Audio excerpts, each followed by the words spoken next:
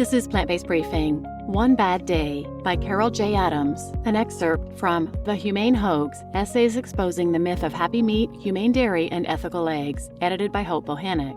And I'm your host, Marian Erickson. This is the Plant-Based Podcast where I curate, get permission, and narrate a variety of articles on plant-based and vegan living in about 10 minutes or less every weekday. And I am part of the Humane Hoax Project team with Hope Bohanec. She is one of my mentors. She's amazing. And she also has the podcast Hope for the Animals, which is one of my favorites. I highly recommend it. And I think must listen for everybody should be her Reason for Vegan series. But I was honored to be a guest on her podcast. She did a couple of episodes about this book anthology that she edited and published. And I was on episode 80, discussing a couple chapters in the book, so I'll link that in the show notes as well. But the chapters are written by amazing animal advocates, kind of icons in the movement. And this one is written by Carol J. Adams, a feminist vegan advocate, activist, and independent scholar. You've probably heard of her book, The Sexual Politics of Meat, a feminist vegetarian critical theory. She's also author of other books on living as a vegan, including Never Too Late to Go Vegan, The Over 50 Guide to Adopting and Thriving on a Vegan Diet, Living Among Meat Eaters, The Vegetarian Survival Guide, and How to Eat Like a Vegetarian Even If You Never Want to Be One. She has a Master of Divinity from Yale University. So now let's get to today's plant-based briefing. One Bad Day by Carol J. Adams, an excerpt from The Humane Hoax, Essays Exposing the Myth of Happy Meat, Humane Dairy, and Ethical Eggs.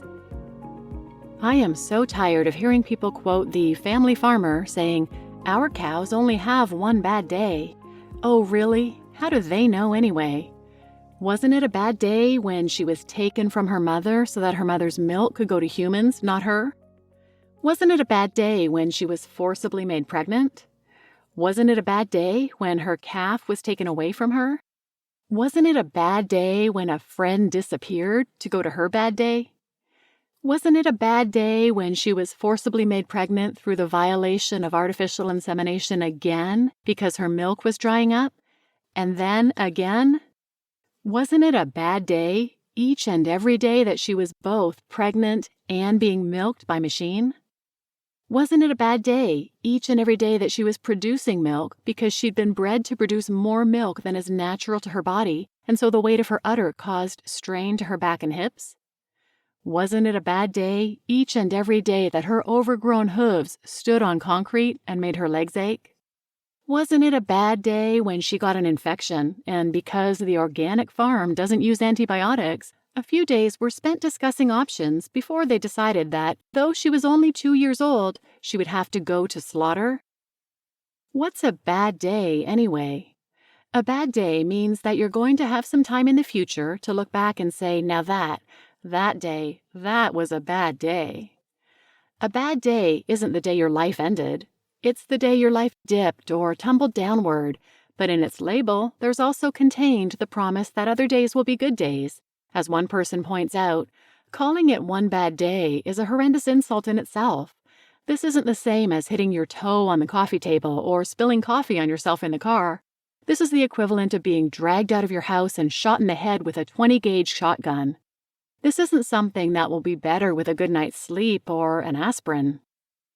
Each animal is a unique being with a unique personality, but she is reduced to being part of a money-making venture, and her individuality is so fungible that it can be extinguished when she's no longer producing money for the farmer.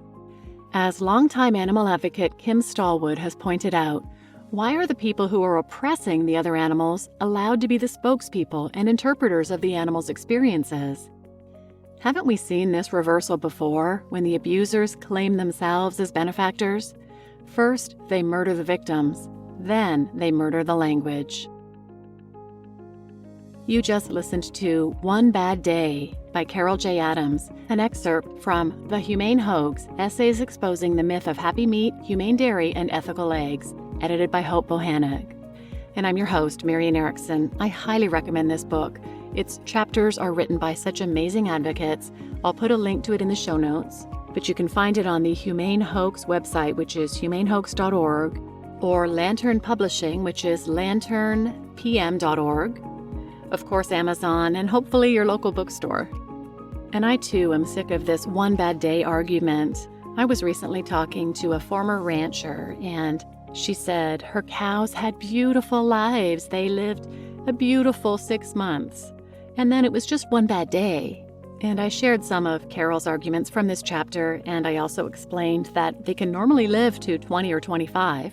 What I didn't think of until after was I wish I had said that because they can live to 20 or 25 years old, killing them at 6 months, even if it was a wonderful, in your opinion, 6-month life, would be comparable to getting a brand new puppy who might live to 10 or 12 years old, giving them the best life ever, and then after 3 months, killing them because they've had a good 3 months anyway, but they don't get to live out the rest of their 10 or 12 years.